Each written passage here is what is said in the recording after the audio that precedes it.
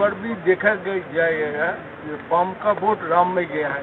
ये लोग कौन सा ईवीएम है जहाँ पर देखा जाता है कि ये राम का वोट है, ये बाम का वोट है। पहले वो ईवीएम मेशिन लाइए, उसके बाद बात होगा। পলিসির পরিবর্তন কতটা হলো সেটা ভবিষ্যৎ বলবে। আমরাও পলিসির পরিবর্তন, নীতির পরিবর্তন চেয়েছিলাম, তবে যারা আজকে সরকারে এসেছে তারা গোটা ভারতবর্ষে এবং ভারতবর্ষের বিভিন্ন রাজ্যে যেভাবে সরকার চালায়, আমরা আতঙ্কিত, উদ্বিগ্ন যে পশ্চিমবঙ্গের ভবিষ্যৎ কী হবে। শুধু আতঙ্কিত এবং উদ্বিগ্ন হয়ে আমরা আমাদের কাজ ছাড়ছি না, রাস্তাতেই ছিলাম, রাস্তাতেই থাকবো। রুটি রুজির স্বার্থে সাধারণ মানুষের জন্য যে লড়াইটা, সেই লড়াই আমরা রয়েছি। সিপিআইএমের খাতা চিরকালই খোলা ছিল। সিপিআইএম পলিসির পরিবর্তন করার জন্য লড়াই করে। 21 সালে একটাও এমএলএ ছিল না, কিন্তু রাস্তাতে সিপিআইএমই ছিল। নির্বাচনের আগে আর আজকে ফলাফল বেরোলো, এইটা কি আশা করেছিলেন সারা বাংলা জুড়ে? সরকার পরিবর্তনের জন্য মানুষ রায় দিয়েছেন। এখন মানুষ যা রায় দিয়েছেন সেটা আমরা চাই বা না চাই, আমাদেরকে এটা মাথা পেতে নিতে হবে। আমরা দেখবো যে পলিসির বা নীতির পরিবর্তন হচ্ছে কিনা। মানুষ তো ভোট দিয়েছিল অত্যাচার, স্বৈরাচার, নির্যাতন থেকে বাঁচার জন্য, মেয়েদের সেফটির জন্য, বেকারদের কাজের জন্য, জিনিসপত্রের দাম কমানোর জন্য।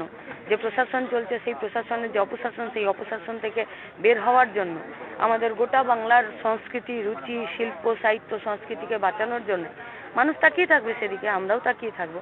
আমরা শুধু তাকিয়ে থাকবো না, আমরা এই লড়াইটা রাস্তাতে লড়বো। बंगाल में जो एक्सचेंज हुआ है, पद परिवर्तन हुआ है, इसलिए सेंट्रल में कुछ परिवर्तन होगा, बंगाल में और हिंसा ज्यादा होगा।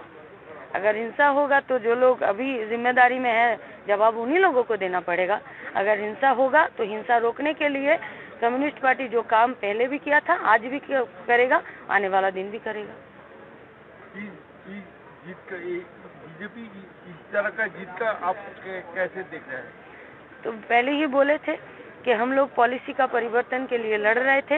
पश्चिम बंगाल का जनता सरकार का परिवर्तन के लिए वोट किया है।